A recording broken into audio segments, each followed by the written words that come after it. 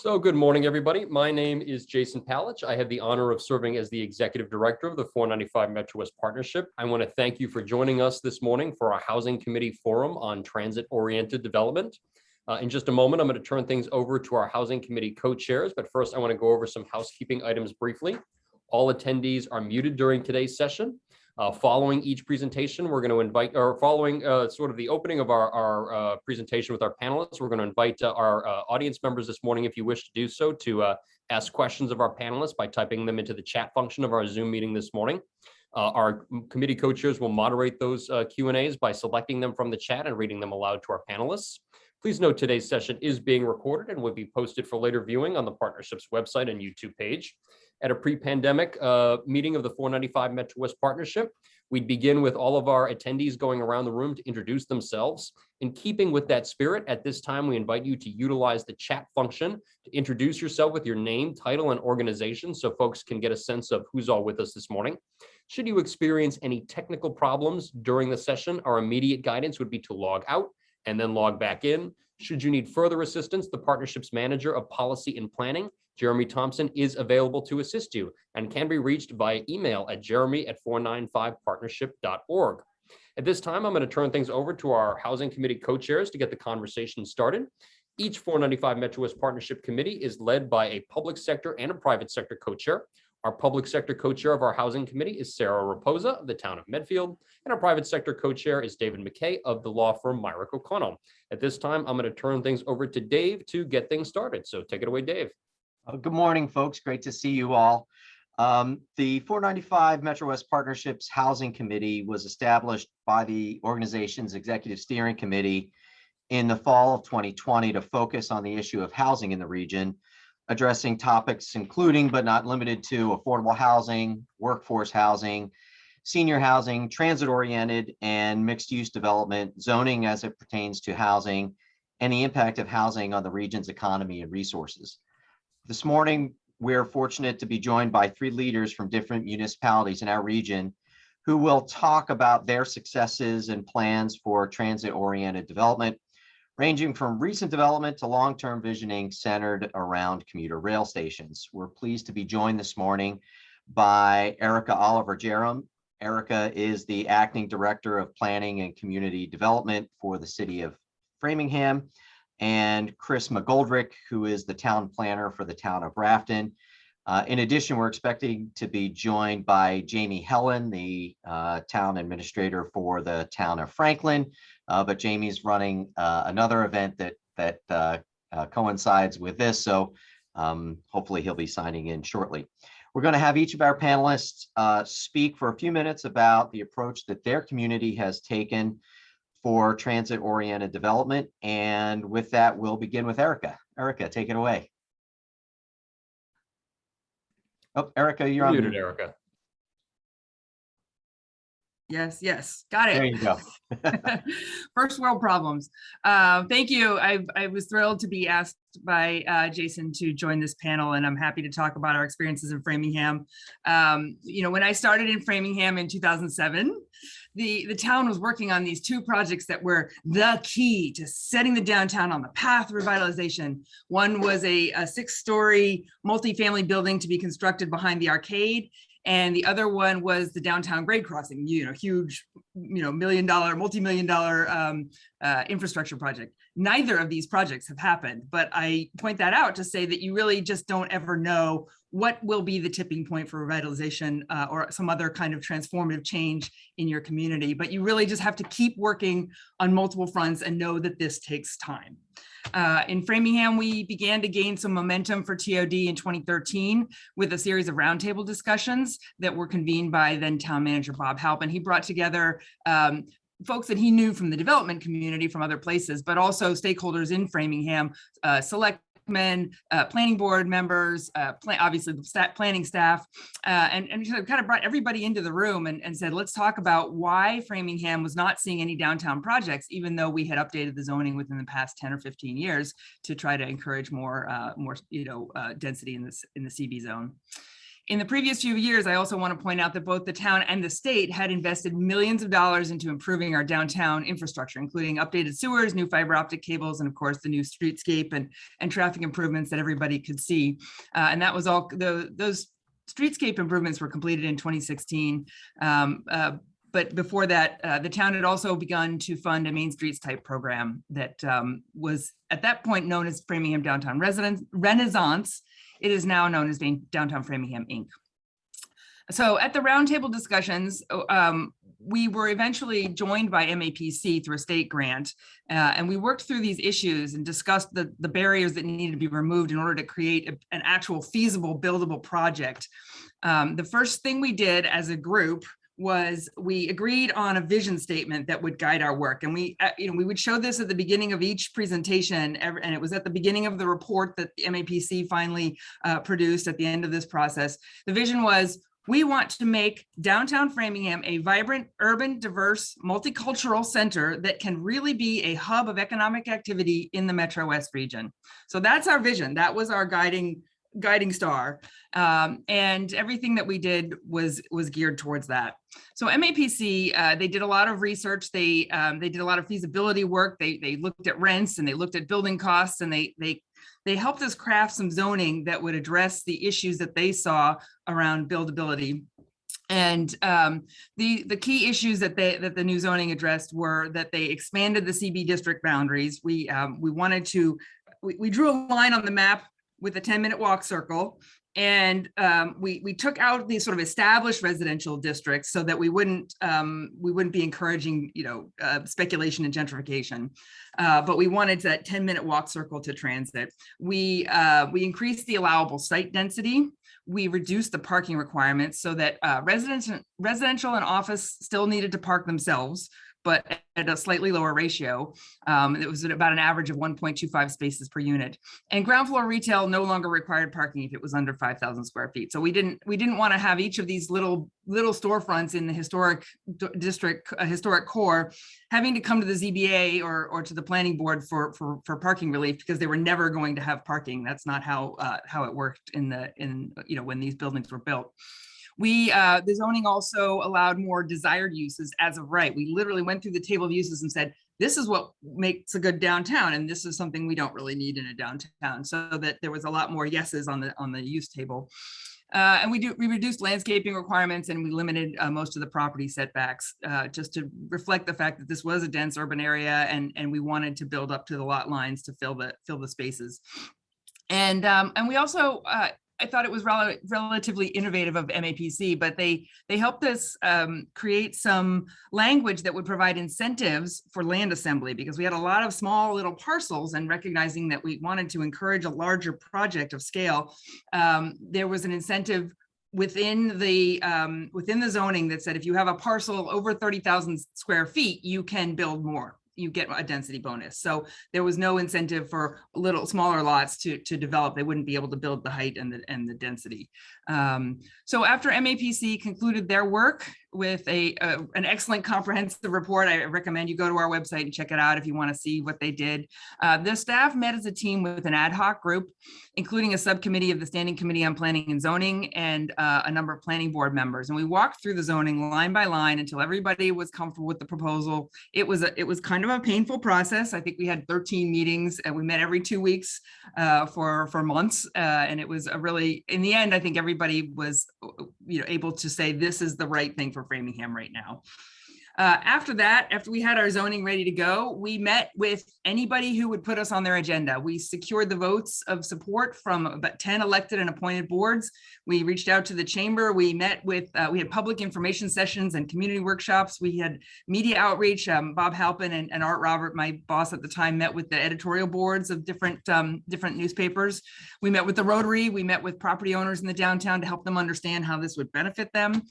We had a library brown bag lecture. We took the town meeting members on a bus tour, and we had a webpage, obviously. We took questions from folks, and we actually we addressed specific concerns that came at us. So there were concerns about schools and about traffic and about apartments in general. And so we were able to kind of pull some research together and address those issues.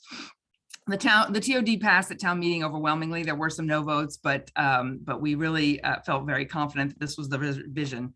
But after the zoning passed, that wasn't the end. We did more outreach after that. The next phase was a little bit less visible to the community, but we promoted the new zoning and the public investments that we'd made to date to the development community. And so we were highlighting the fact that the community had its act together and that everyone was pulling in the same direction. We also met one-on-one with developers to promote the downtown. And we even held a developer tour where we brought, I would say 20 to 30 developers came, and we got them on buses, and we drove around downtown and talked to them about the potential and that they could see in person. And finally, we worked with two of the first movers who had come to us right as we were passing the zoning to secure some tax increment financing deals. They needed that to mitigate the impacts of the unproven market. It helped them get their national levels financing for these projects. So once these were moving forward, they could prove the market for the others to follow. And that's really what's happened. And today, all of the major projects that were started after the zoning passed are open. There were 3 major buildings. My understanding is that they are all leasing up according to plan. There are over 700 units in the 3 major developments, as well as a few other smaller developments from 16 to about 75 units in the smaller developments. And this also includes over 70 units of affordable housing because of our inclusionary bylaw, which requires 10% inclusionary over 10 units for every 10 units, one unit for every 10. We do not have a provision for the developers to pay into a fund. We actually require them to build the units and market them according to the DHCD guidelines. In September 2020, I will note that the City Council overturned the mayor's veto of their proposed multifamily housing moratorium. There was nothing in the pipeline at that time that would be impacted, and we were dealing with COVID, but the publicity, I think, was pretty damaging to our downtown revitalization efforts. But I still got the calls. I was still getting calls over that year from folks saying, hey, what's going on with the moratorium? Is it ending? You know, what are my chances? So but it was definitely, I felt like it just slowed everything down in Framingham. In order to address the issues that are cited in the moratorium, specifically traffic and I say, quote, unchecked and unplanned growth, which I disagree with that characterization. Obviously, we did a lot of planning and prep for this, but we are undertaking a major transportation master plan right now with VHB, and we're working on an economic development strategic plan with RKG. So stay tuned for those if you're interested. The moratorium did expire in September 2021, but there is a movement right now on the City Council to rewrite the CB zoning to make it, the key things they want to do is make the district smaller, eliminate housing as of right, and require more parking, which are, in my opinion, fundamentally kind of undoing many of the things that really made the zoning successful. And there are still several good-sized parcels in the downtown. I'm aware of at least one developer who has an option on one who is disinclined to continue and close that deal if the zoning changes. He's made that statement to me because it would change the feasibility of his project. But stay tuned. My key takeaways are for TOD are public investment in infrastructure is key. 10-minute walk circle is important. Make sure you make the uses that you want to see in your downtown as of right. I would say acknowledge the downtown density by reducing parking, even if it's counterintuitive, even if you're in a sort of suburban area, less parking means less traffic, and eliminating or reducing setbacks is important in a downtown so it doesn't have a suburban feel. Consider density bonuses for assembly if you have a lot of smaller parcels. Consider eliminating parking requirements for ground floor retail. Consider TIFs or other incentives if you can. We showed one graph to town meeting with the existing tax revenue from this vacant main, sort of the key 100% lot, showing the existing tax revenue and what that would be over 15 years, and then the tax revenue incrementally getting bigger on a $60 million investment to the point where in year 16 it would be this, and that really had an impact on town meeting. Just seeing it very, very clearly, even though you're foregoing tax revenue in the short term, in the long term you have this major investment in your downtown. And like I said, it was less about the money for some of these larger developers and more about having that very public statement that this community wants this project to go forward, and that helps these larger developers with their financing. And I would say, make sure that you don't forget inclusionary housing if you can. If you don't have an inclusionary housing bylaw, it's I think it was really helpful to us to have that so that we can at least get some new affordable housing into the mix. So that's my story. Great. Well, thank you very much, Erika. That was outstanding. Jamie, glad that you could join us this morning. Happy to have you. We're going to turn to you next because I know you're kind of juggling a number of balls this morning. Thanks, Dave. I appreciate that. Erika, that was fantastic. I cut in a couple minutes late, and great things happening in Framingham. I live right next door, and it was great to hear that summary. Actually, we're in a similar position, I think, to what Framingham was talking about. Maybe about 10 years behind.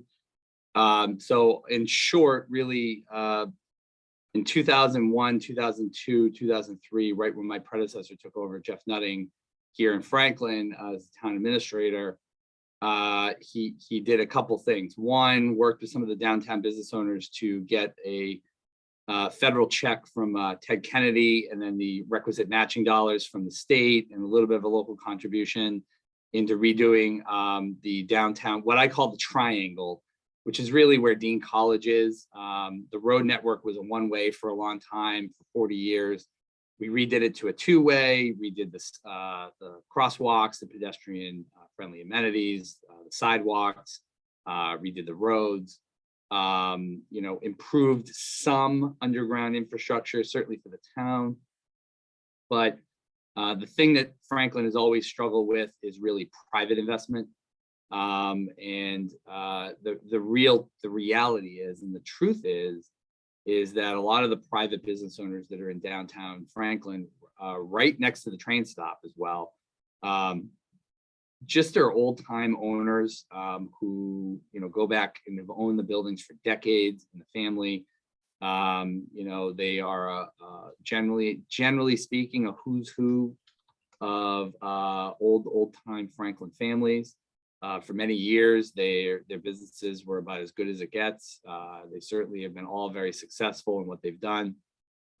We also have a downtown landowner issue with some of the banks. And to Erika's point a minute ago, some of these lots are so tiny, or the lot lines are shaped really odd.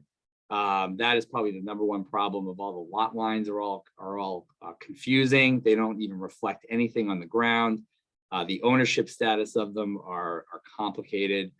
There's bizarre and old easements. I feel like a lot of the deeds probably in downtown Franklin of the landowners that are there.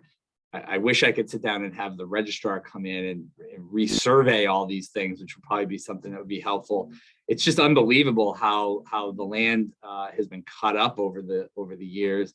It really makes it very hard to really get any major private investments in those buildings, because of course someone doesn't want to pay money to improve one property and then actually be improving somebody else's in the process. And so we've had a struggle. The downtown reinvestment project finished in 2016 and then opened in 17 back to a two-way, and it really actually suddenly, most people don't quantify it very well, but even after that public investment came in, I think there were around 24 small businesses that ended up showing up in local storefronts, and kind of filling some of the spaces, largely, I believe, and I think Sarah and Erika, Chris will probably agree, just that investment shown on the ground of sidewalks, pedestrian friendliness, all of those amenities, the streetscape, the poles, the tree, putting lights in the trees, just that stuff alone breeds a certain amount of risk from people who almost all live in town and said, you know what, I want to be downtown. My friend's starting a dress store over here. I'm going to do a hair salon. Then there's this. And eventually a restaurant or two show up. We've kind of in the last 5 years since that first boom in 16 and 17 hit a huge stalemate. Of what's filled has been filled, but the main building owners just simply have not really worked very well together. There's even a few building owners have completely let their prime properties deteriorate quite a bit. We've had a couple of restaurants leave and move to another neighborhood in Franklin due to the building issues and the landlords not willing to fix up those buildings. Again, just so folks have I should have said this at the beginning, but it's the Dean College downtown Franklin T-stop. There's a commuter rail stop right there. The 188 commuter rail spaces. The town owns an adjacent parking lot with another 70 spaces. Pre-COVID, we used to have a waiting list. And obviously now we can't even fill a parking spot because nobody's really commuting. I think we rent out 6 of the 70 that we have in the town. We've kind of hit a little bit of a plateau is probably the best way to describe it, actually. And so we just commissioned MAPC last year.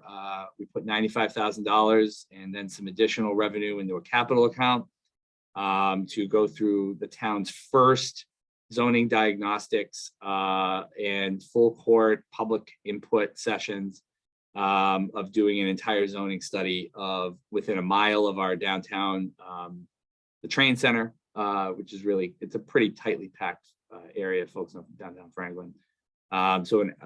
Basically looking at our downtown commercial zone, also looking at another zone called C1, which I can't wait to rename because I hate it because no one knows what the heck C1 means. And it's commercial one, it's just an old term. And I'm trying to update a lot of those zoning names to try to make them a little bit more marketable. Like the Franklin Crossing, neighborhood district, some other stuff that gives people more of a feel. But we couldn't really get inclusionary zoning in. The votes weren't there. We've tried a lot of these things that Erika mentioned a minute ago, and we just had an election this past, last week, and clearly the tide has shifted, and so we feel like a lot of these things have all lined up nicely. MAPC expects to get its study done sometime next summer. The last time we did one of these was in 2003, which ironically was the second year that my predecessor was in office. And this will be my 3rd year. So it's kind of must be something about when new town administrators come in, they have to do a full zoning study of the downtown. And so we're looking forward to that. And I think a lot of the reasons why is exactly the energy and specificity and action items that Erika just said is what makes me even more excited about, hopefully 8 months from now when our study's done about what can we do, not only from a zoning code standpoint, which is really the big piece of it, but also too, is that after that, there's really not much more. The onus then becomes on the private sector. At some point, I'm sure a lot of other towns go through this.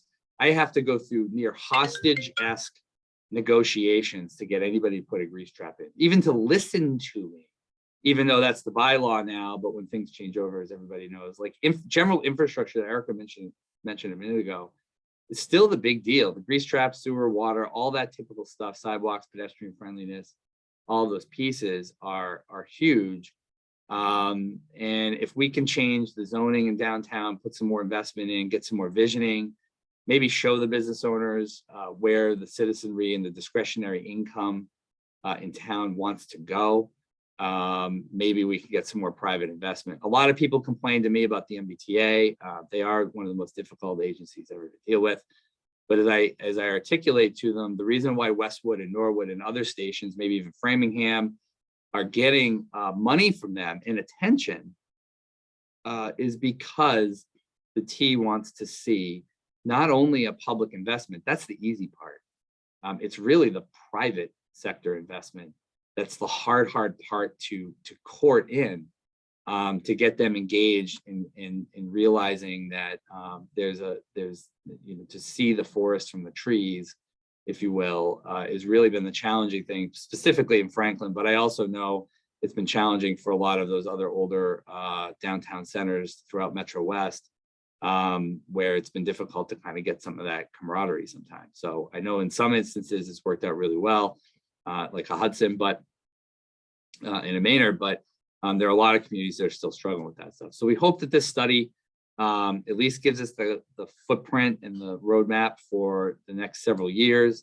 It looks like the politics have at least aligned here, where some of the things that we should have already done by now will have gotten done, like the inclusionary zoning, like density bonuses, like looking at more by right uses that Erika had mentioned before, just going through the list and saying, what do we want?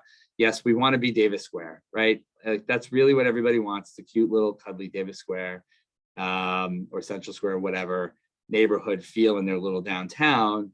And how do we convey that to the business owners so we can stop getting banks and other service, another pizza shop. I think we're infamous for our 14 like sub grinder pizza shops in downtown Franklin.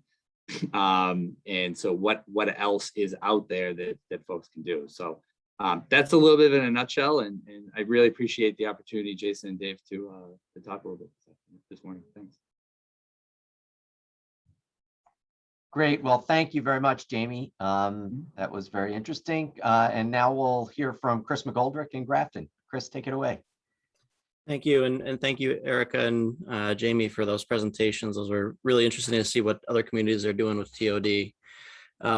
So TOD in Grafton, I started here in Grafton February 2020. The TOD in Grafton really started from the 2017 North Grafton Transit Village Master Plan. That was developed by my predecessor, Joe Layden, and was a product of the 2001 Master Plan, which we're currently updating. It's far out of date, but that's something that we're working on. So from that 2017 Master Plan, they developed the North Grafton Transit Village Overlay District. So that zoning was already passed when I came on board. It was a 40R smart growth zoning site. Looks mainly at, there's the old Grafton State Hospital. There's a couple other mill sites in town that also have that zoning or similar 40R zoning attached to them. So this project, it was also under a purchase and sale agreement with DCAM. And the RFP was already drafted and issued when I came on board. So this project was already well in hand when I started, and really was kind of taking it across the goal line and looking at selecting developers when we got responses for that RFP. The RFP was looking at the North Grafton Transit Village and the Grafton State Hospital. Was 8.8 acres of underutilized space. It's right next to the MBTA station. The only abutters were really the Job Corps and Centec Park. Job Corps presented a little bit of a challenge. They have a lot of security concerns about fencing. And so in terms of developing the project around that and how that works out, doing the site visits, we worked really well with them, but that was something to be considered when we were moving through the process. And we had to work really, really closely with Job Corps. The other kind of nearby asset was Tufts University. And throughout this process, really built a partnership between the selected developer and Tufts University, and looking at, they looked at student housing options, actually developed a survey in partnership with Tufts, looking at what kind of amenities the students would want and to build that so that they're really fitting with the local context. But the site being underutilized and having lowly sensitive abutters was really primed for a great project. After the RFP, we received 3 responses and selected one that needed the least amount of public financing and had the best development in our metric for evaluating the projects. One of the things when we moved to the local permitting process, as everyone's aware, we were hit with COVID. And so that became really interesting in how that played out. We were kind of learning the COVID public participation model while going ahead with a very large project. So one of the kind of concerns was, could we get a genuine public participation on a project of this scale, given the context? And I think we've really worked to develop our Zoom model. I think people have really become taken to Zoom in that public context. We also worked to make sure that the other non-digital models of public participation were open. But that was definitely one of the things that we wanted to make sure. We had to make an extra effort to make sure that we were reaching the community and building, again, those partnerships and participation models.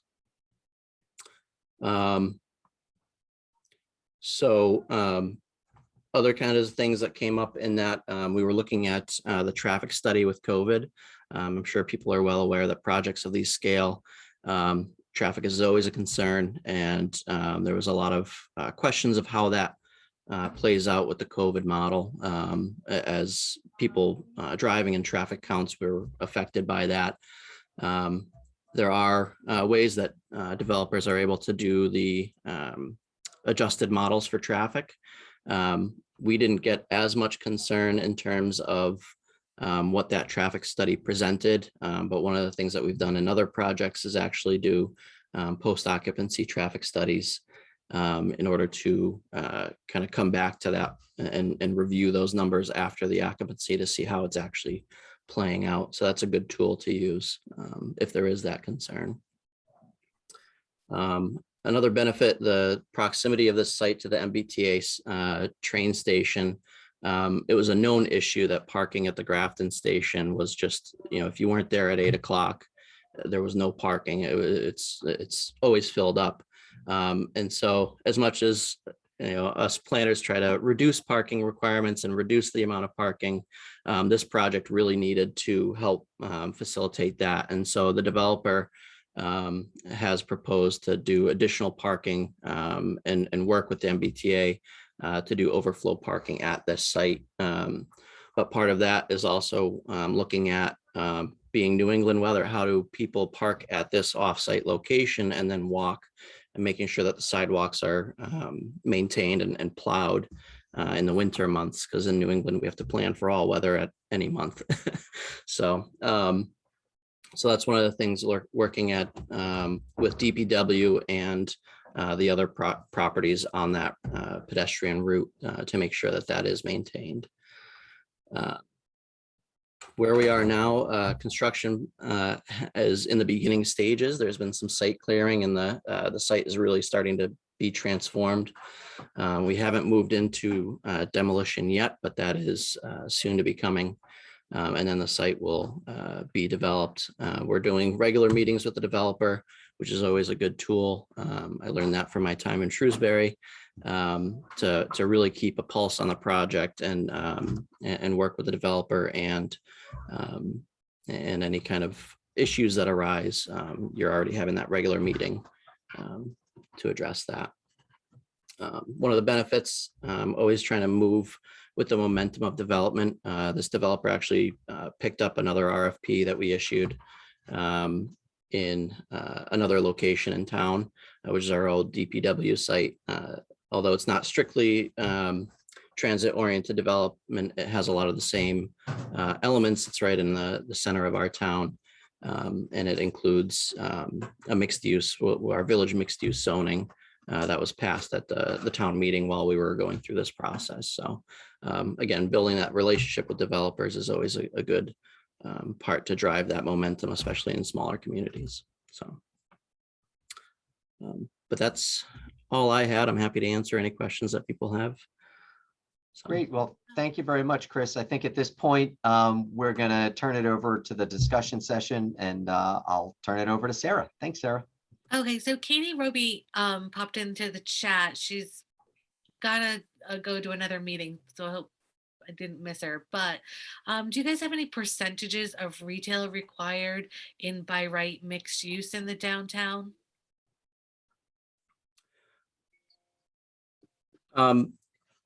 Sorry, is that for Grafton? I would say anybody who is able to answer that question, please. Yeah, So, Grafton, we don't have any percentages outlined. One of the things that and actually came up in our process, one of the concerns is, there was a presentation at SNEPA, and I'm always kind of conscious of that, where, setting percentages of retail with housing, developers would build, a lot of times, housing is the economic driver. Developers will build additional retail, even knowing that it won't get filled. And so I think part of that question you have to ask is the risk of vacant storefronts, is that, is that something that's important to drive to balance a housing component, or is it not? I think that's a question that always has to be asked, and every community is going to be different. And if there is that retail market, but sometimes the hard and fast percentages can lock you into something that you may not find right for a specific site. I agree. I mean, we decided specifically not to require mixed use because what we were hearing from the developers in our roundtables was that it's a lost leader at this point. They would build it if we required it, but it would be vacant. It would most likely be vacant. And they pointed out that Framingham downtown didn't have a lot of vacant storefronts. There was a fair amount of retail already there. We're hearing concerns from the city council and from residents who are, who've seen this kind of transformation in their downtown and are worried that it's all just going to be apartments and it's going to be a bedroom community. And I don't think that'll happen, but we have to do some research. That's part of the economic development strategic plan, is to understand what that mix should be. But they are talking about that's why I say they're saying we're going to change the use table. They want to change the use table to require mixed use. I will say one that we thought about this a little bit, and the intent, and I didn't mention this before, but we did craft some design guidelines, which I thought were pretty innovative, and we put design standards that matched the design guidelines right into the zoning. So there are requirements in the zoning that developers who are building in our downtown have to comply with. They have to comply with. And one of the things that we in thinking about, hey, this is a downtown.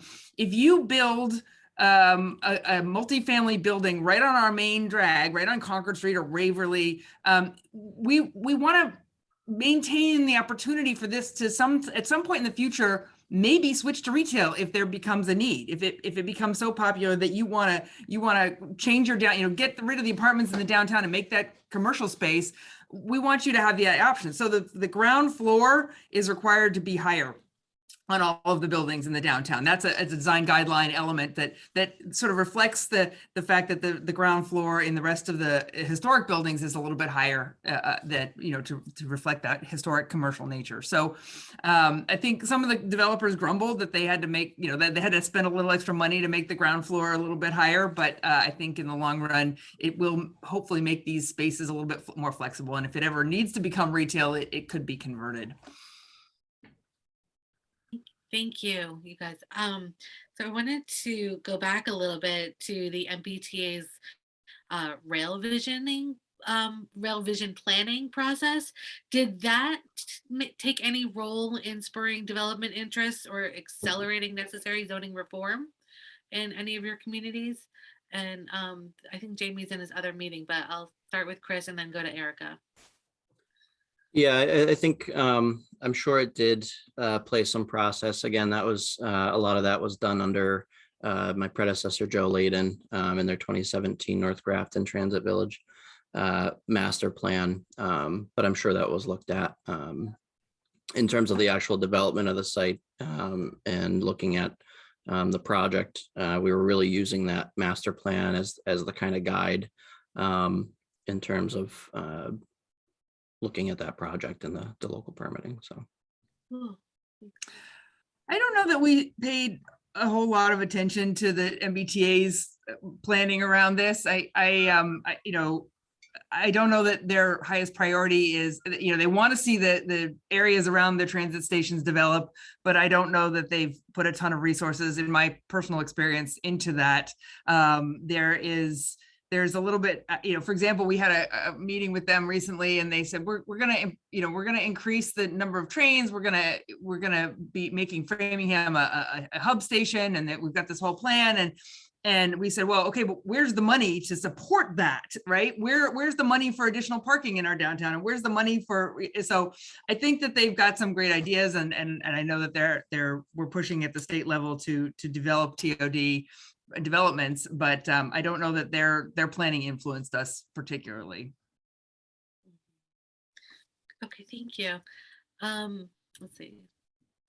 Oh, I'm gonna just continue with some of my questions. If anybody attendees have any questions for the panelists, please put them in the Q&A or the chat. Can you discuss how parking policy and transportation demand management strategies inform the development processes for your communities?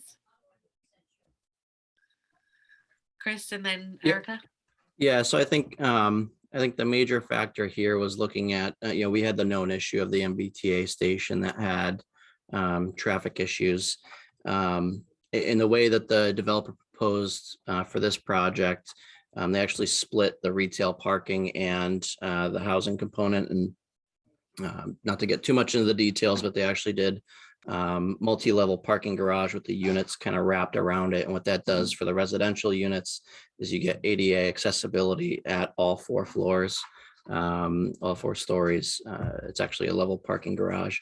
And then they did another parking garage behind the retail section, and that's where the MBTA parking is proposed to be. So they kind of overparked in that, but looking at it as a full site and being mixed use, we were able to do somewhat shared parking as well in terms of the counts. So that really helps to alleviate, but then splitting the retail parking and the residential parking helps to also alleviate some of the conflicts between residential traffic and retail traffic. So I think it wasn't hard and fast policy that directed that more than it was kind of good design and kind of planning in terms of the specific context. But that's kind of how that played out. So. Yeah, Framingham, over the years, we haven't done a full parking study, I would say, in 20 years. So I've been trying to advocate that we do the counts and get the updates. I'm trying to get some money from different sources to get that done.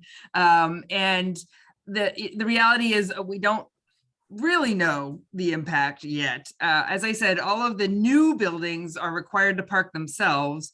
However, we do have a shared parking provision, and one of the smaller buildings that's going up, I think it's got 65 units or so in it, has utilized the shared parking. Actually, one and one, there was a rehab that doesn't have a lot of its own parking. So these two are owned by the same person, and there's a concern in the community that he's double counting, and that there will be a parking problem in the near future. And I think there's a lot of folks who claim there's a parking problem, but I don't see it per se. I think some of it is a signage problem. If I'm a visitor to downtown, I'm driving around, where do I go? Where do I find these spaces? And then, so there's some of that going on, but I'm hoping to get that done soon. And so we have some actual data that's not 20 years old. I think a lot of the studies we've done in downtown over the past I would say 20 years have relied on data from the late 90s and way before my time. But everyone's like, well, in this other study, and then they sort of just keep referring to each other. So obviously things are different now where COVID kind of threw us all for a loop. Parking was never a problem for a while, but we are gearing back up, and we do have new businesses in downtown, and we have new residents in downtown. And I think understanding that interplay between the commercial sector and one of the issues we had was, do you charge for parking at the meters? And there are people who don't understand that parking meters are a signal to the community that there is parking available, and you will always find a parking space, and this is a real place that you need to pay for parking, right? This is the city, and it's not just a free-for-all. So those are some of the things that but some of the perceptions I'm fighting against that around parking, and some of it's counterintuitive, but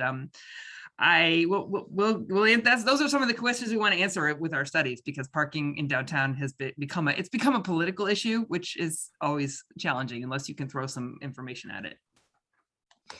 Sarah, if I could actually jump in with a question that I know that a lot of our audience members have, and I'm thinking actually of Sarah of Medfield a little bit with this question. So for Erika and Chris, a little bit of a curveball for you. Obviously, you're both talking a lot about projects that have commuter rail stations as their center. Chris has also alluded to Grafton's downtown a little bit. I'm curious to get your take on, other than the rail station itself, what might make these sites desirable. And what I have in mind here is obviously, Framingham, Franklin, Grafton, all are communities in our region with commuter rail stations. So when we talk about TOD, transit-oriented development, there's that sort of obvious commuter rail component. But many of our communities don't have an actual rail station. There are other facets to transportation or access to services. So I'm curious to get your take on what else about these sites might make them attractive to a developer. And do you think in your communities, do you think of sites that might have been attractive in terms of drawing, from a housing perspective, residents in and there's a transit component, but it's not necessarily connected to an actual commuter rail station. We can keep going in the same order we were going. You can go, Chris. I have See Chris nodding thoughts. along.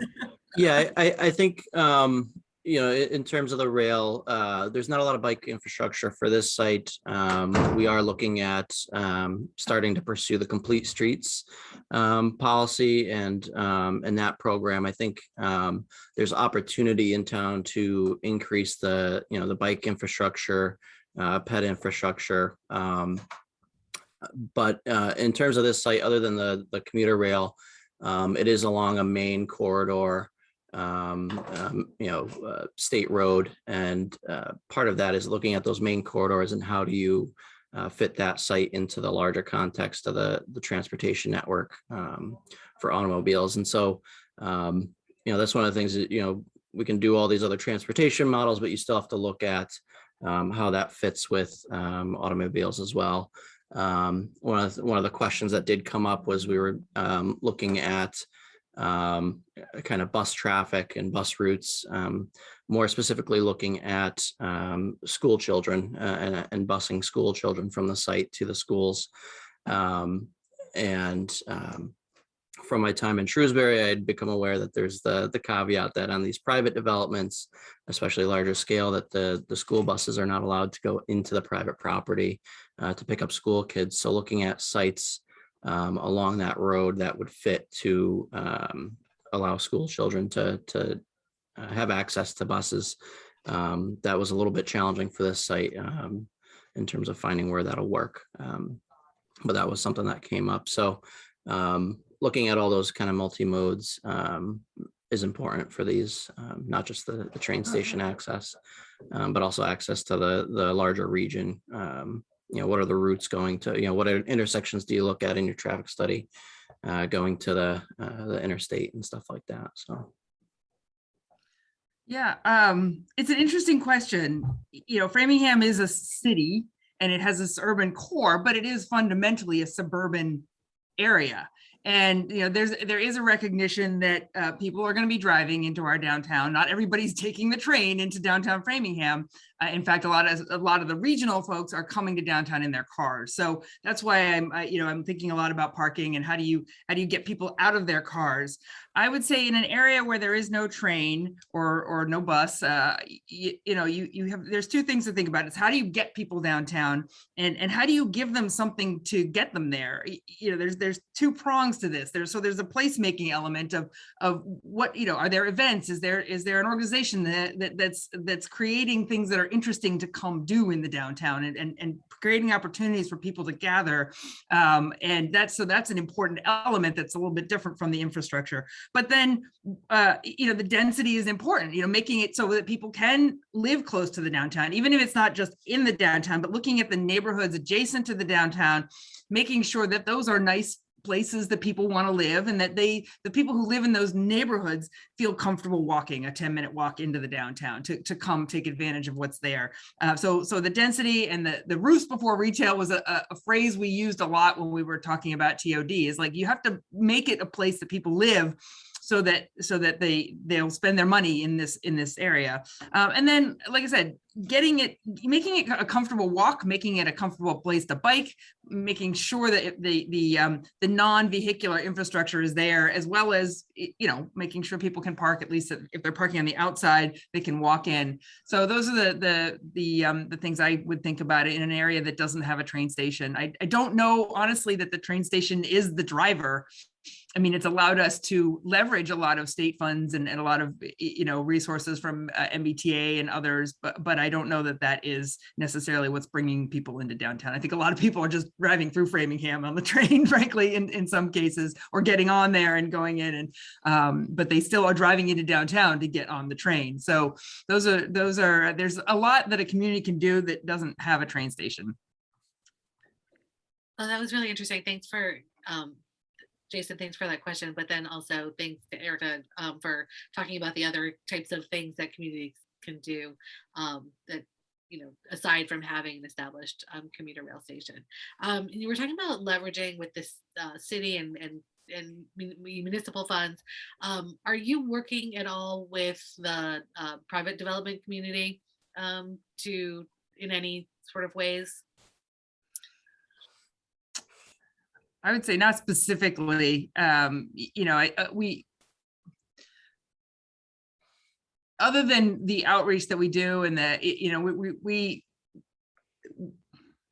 don't, not specifically. There's not, we don't, we try not to cross lines but if they're available, for example, I do know that there was the developer who built the Concord Street project was serving on the Downtown Framingham Inc. board for a number of years. They'd sold that building, but I think he's still on that board as someone who's interested in seeing downtown flourish. And so there is some crossover, but I don't know that it's intentional, I guess is what I would say. Cool. Chris? Yeah, I mean, similarly, part of this, the project that was selected was the public financing wasn't needed in this case. A lot of the other projects that had the proposal really relied on the public financing component. So although we are, there is that relationship building that with Tufts. It's more putting the private partnerships together and making sure that those elements are working together rather than I would say public financing going into the project. Okay, great. So I'm just gonna ask a final question. And I wanted to ask about your relationships with the RTAs and how they are involved in your TOD plans. What sort of amenities, if any, do developers provide to create linkages between residents and RTA service routes, and how are RTAs involved in the process, probably from the start, or where in the process do they get involved? Yeah, Chris, Erika. Yeah, so we did kind of do some limited involvement in the public participation. I think actually the implementation is where more involvement in terms of specific locations of bus routes and stuff like that will be included. Although we put in that the MBTA would be in that component, that'll be hashed out. That partnership will be hashed out more towards the implementation of whether it's parking vouchers in terms of the residents there. Do they allow the non-residents to utilize that parking? So some of those details are still outstanding, but would be developed in the further agreement. Looking at the WRTA, I mean, certainly when we do the one that's more towards the town common, that's one of the draws at our other site, which again, that's not under our 40R or under necessarily the transit oriented zoning, but just by the nature of its location has to include some of those elements. But there is the bus route that goes there, and obviously one of the concerns with traffic there is, what's the impact to the common as we build up around the downtown and how that fits. So I think that one will certainly have more involvement early on in the process and looking at how that bus route fits once we go through the local permitting process. I'll say in Framingham, we've been really lucky. The MetroWest Regional Transit Authority is extremely proactive, and we are very lucky that Framingham is the hub of their region. So, and their hub, they bought in the last 10 years, they've bought a building and they've been improving it and building that system right from downtown Framingham. So we have a good story to tell when we are advocating. We're saying, here there's a multimodal transit hub, bus transit hub, and then the train station. They actually have the RTA worked out a deal, so they actually have a substation at the train station, so that the buses, they've worked out the routes so that there's some synergy there. And we did work with them for some of the downtown projects to include a bus station, a bus stop, I should say, as part of on the private sector, on the private land, as part of the deal for the permitting. So I would say that they are a good partner, and we're pretty lucky. They are really, their routes are pretty solid. needed. I'd like to see more bus stops and fewer flag stops. I think a lot of people in Framingham, especially on the north side, have no idea that we even have a bus system. And it's so I think, raising awareness that it's an opportunity, it's an option for people who can't drive has been, it will be key. And but they're doing a great job and helping us look good. So That's awesome. Thank you guys so much. Really informative. Well, with that, I want to thank all of our panelists for taking part today. Erika Oliver Jerram from the City of Framingham, Chris McGoldrick from the Town of Grafton, and Jamie Hellen from the Town of Franklin. These are three very different communities in the 495 MetroWest Partnership service area. And as you can tell, the commonality here is these are communities that have each made great strides in the issue of transit-oriented development. So we were really, really pleased to have you guys here today. I think this was a very informative dialogue. I want to thank Sarah and Dave for their leadership of the conversation of our housing committee. As the 495 MetroWest Partnership proceeds with the development of our new strategic plan for our organization and our region, these conversations do help to inform some of that dialogue. So we do appreciate everyone taking part today.